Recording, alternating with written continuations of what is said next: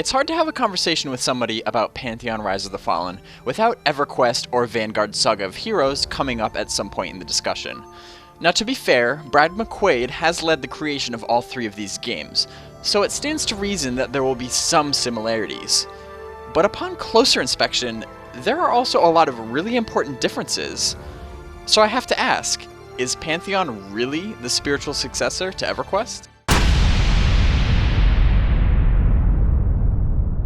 Before I discuss anything, I always like to start off by defining the relevant terms. So let's go to the most infallible source of information on the internet, Wikipedia. Wikipedia defines a spiritual successor as, quote, a successor to a work of fiction which does not build upon the storyline established by a previous work, as do most traditional prequels or sequels, yet features many of the same elements, themes, and styles as its source material, thereby resulting in it being related or similar in spirit to its predecessor, end quote. Now, right off the bat, this actually sounds pretty applicable, but let's start at the beginning and break it down a bit. Pantheon is definitely a work of fiction that does not share any of the storyline or lore of EverQuest, Vanguard, or any other game. In fact, in this thread on the official Pantheon forums, Justin Gerhardt, also known as Astulame, who's the lead writer for Pantheon, says that he has never actually even played EverQuest, and intentionally stays away from it as much as he can, so that it doesn't influence his work too much. Instead, he looks to real-world history as the primary inspiration for the lore of Terminus. Any similarities then with the lore of Norath are therefore sheer coincidence.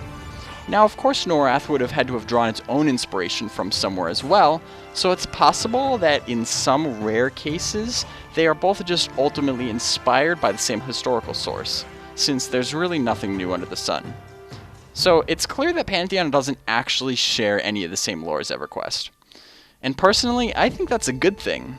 As much as I love Norath, I think it's time for a completely new world with a new story for us to explore. Not to mention the fact that EverQuest is still its own intellectual property owned by a completely different company. But if Pantheon truly wants to be a rebirth of the genre, it's best to start off with a completely fresh slate. So I think Visionary Realms made the right call here to be bold and blaze a new trail rather than playing it safe and bouncing off something more familiar. So let's take a look at the second half of that definition again. Quote, features many of the same elements, themes, and styles as its source material, thereby resulting in it being related or similar in spirit to its predecessor, end quote. Here are just a few of the key ways that Pantheon is resurrecting game design philosophies that made the MMORPG genre so great to begin with. Number 1, focus on community. Community is the lifeblood of Pantheon. If you really get down to it, creating real friendships with people online is what MMOs are all about. But for some reason, recent games have fundamentally drifted away from that. But in Pantheon, the vast majority of content will be designed for grouping, and each class will have a very specific role with various strengths and weaknesses. When you play your class well, it'll be noticeable, but you'll still need other classes to make up for what you lack. So you'll have to actually interact with people in order to advance. Now, servers will be sized in such a way that allows for enough people to play with, but also small enough so that you'll see some of those same names popping up several times. This means that how you treat those people will actually have a serious effect on your ability to progress, for better or for worse. Number 2, a home, not a game. One word that almost always comes up when talking about Pantheon is immersion. And that's the idea that Terminus is designed from the ground up to feel more like an actual world that you can call home and less like just a game. For example, one of the ways that they're doing this is giving each race their own starting city. Some of the best stories, in my opinion, come from someone making a dangerous trip across the entire world just so that they can group with their friend of a different race at a low level. Along those same lines is that there will be very limited fast travel in Terminus. There will be some ground mounts, but they'll probably be quite hard to get, and there will be a few forms of teleportation, although you'll probably have to actually physically walk to that location before you can teleport to it. Plus, there will be no flying mounts that would allow you to just bypass all the ground content. All of these things make the world feel a lot bigger and give you more accomplishments to work toward. And that brings me to number 3, a sense of accomplishment. Pantheon will break the trend of games making it feasible to reach max level like 2 days after creating a new character.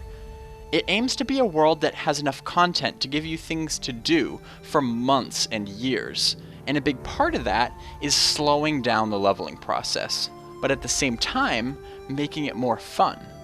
This means leveling feels much more rewarding and decreases the perception that the real game is at max level. Of course, that's not to say that there won't be rewarding things to do at max level, but there's really no reason to put all of the worthwhile things at this so-called endgame. And it's also worth mentioning that when you get a new item, you can be sure that it won't just be replaced a few hours later. A lot of games seem to forget that having to actually work for what you have while solving problems along the way really amplifies the satisfaction you get afterward, especially when you're doing it with friends. And those are the kinds of memories that really stick with you. So here's the clincher. How is Pantheon actually different from its predecessors? In other words, what are the ways that Pantheon is looking to bring some new life to this style of game, and do things that you may have never seen before? Well, right on Pantheon's website, there's a section called the Pantheon Difference that highlights some of the primary things that sets Pantheon apart from other games, both classic and modern. And while this is a good overview, I just want to expand on a few prime examples worth mentioning. Number 1, truly player versus environment. In most games, player versus environment, or PvE, usually just means that you'll be fighting NPC creatures as opposed to other players. But Pantheon is taking the term a bit more literally. This combines the idea of making Terminus a living, breathing world, while also making it more challenging. For one thing, there will be a climbing system that allows for more vertical exploration on many surfaces. But what goes up must come down, so you'll often need to respect your surroundings and make sure that you don't accidentally fall to your death. And more importantly, there will be climates, which are natural effects such as extreme cold, extreme heat, or high winds, and atmospheres, which are magical effects such as anti-gravity or supernatural darkness. These are permanent parts of the world itself and not tied to any particular mob. They can cover anywhere from a small area to an entire zone. So in order to adventure effectively, you'll have to plan for how you're going to deal with these obstacles in addition to what you're actually going to be fighting. Number 2, tactical combat. Pantheon's combat system will be tab target based, but that doesn't mean you'll always be able to just sit back and watch your character auto-attack with the occasional button press thrown in. Combat will be quite tactical, but at the same time, it won't require the reflexes of a pro Counter-Strike player. It'll be somewhere in the middle of those two extremes. That means that you'll be reacting to what the mobs are doing, changing position, and occasionally using abilities such as Silent Arrow that might require a little more finesse. But there'll still be enough downtime in between fights to catch up with your friends and plan for the next battle. So as you can see, Pantheon's combat system is a unique blend of multiple styles of combat. This means that when I said earlier that the leveling will probably be a little slower than most modern games, that doesn't mean that it'll just be a mindless grind. Each encounter will be challenging and dynamic. The disposition system in Pantheon allows for NPCs to be much more intelligent, because that's definitely an area that MMOs have been lacking in for a very long time. You won't be able to just use the same exact strategy over and over again, and that will make those accomplishments even more satisfying. And number 3, the perception system. This is in a way part of what makes Terminus feel more like a world and less like a game, but it also takes it a step further. Rather than always having to go up and talk to NPCs to get quests, the world will actively engage you. This could be an NPC that runs up to you asking for help, or a strange pillar that piques your interest as you walk by. You'll get notified when something could be potentially interesting, but then it's up to you to decide what to do about it.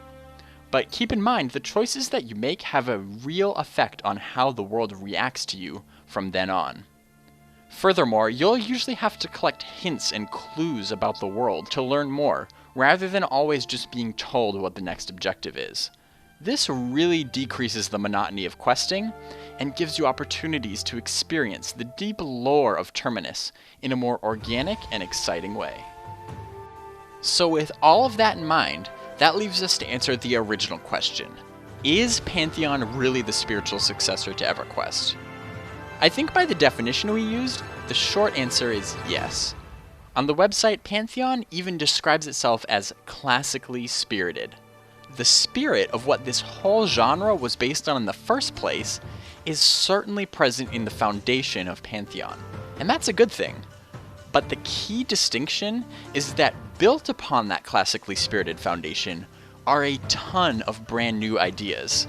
This shows that you can be a successor without being an emulator. The point I guess I'm trying to make here is that it's human nature to try to compare things in an attempt to understand them in terms that we're familiar with.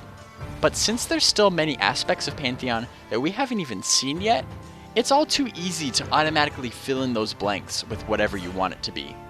The problem with that is that it can make your perception of the game actually less accurate than if you were to just take it at face value and learn about it as its own game.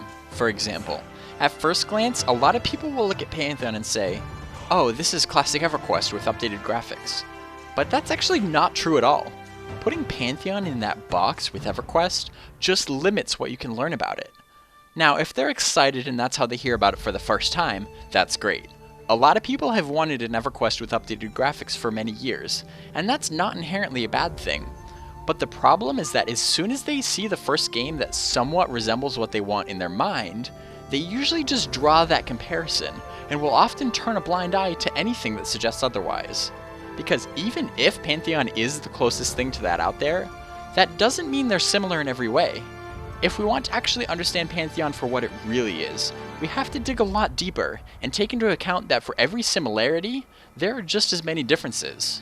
And if you keep an open mind and really look into things, you just might find that some of these changes are for the better, and you might like them even more than what you're used to.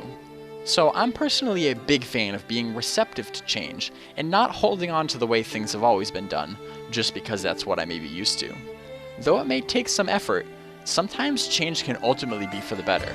So as Pantheon continues development, I'd really encourage all of you to look at it as objectively and analytically as possible for what it really is, and not necessarily just what you hope it will be.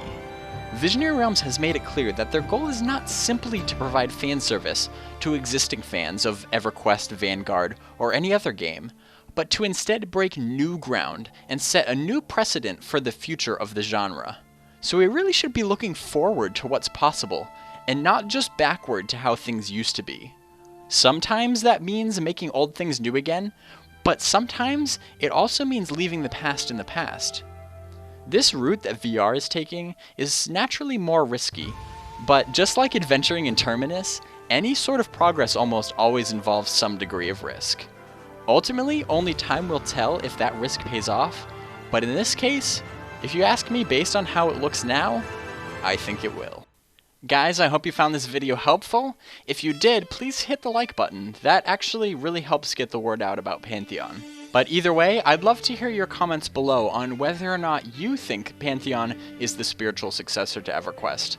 I do read all the comments on my videos, and if you'd like to see more videos like this, hit the subscribe button and the notification bell. But until then, my name is Bazgrim, thanks for watching, and I'll see you in the next video.